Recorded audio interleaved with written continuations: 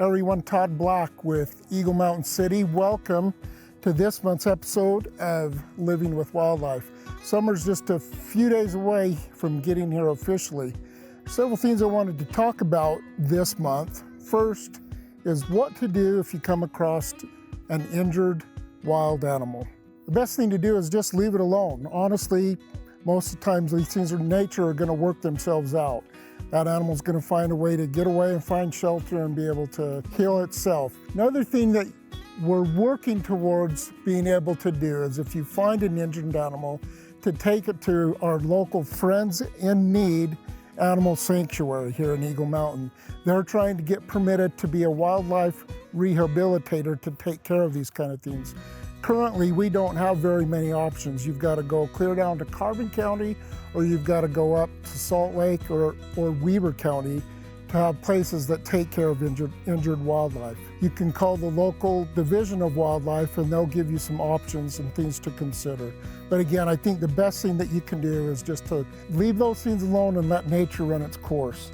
Another thing that I see on social media and I also get a few calls on is what to do with a baby bird that's fallen out of the nest or flown out of the nest and now on the ground.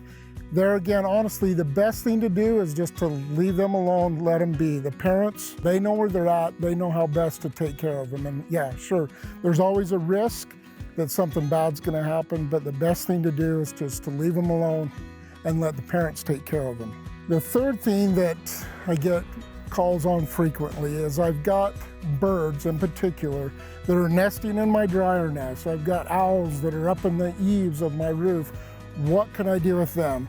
What you really need to be careful of is what kind of bird it is. Is it protected or is it not protected? And what legally you can do. For the most part, all birds are protected with the exception of starlings, house sparrows, feral pigeons. So most things are protected and you really can't do anything about them until they've finished nesting and the babies have fledged.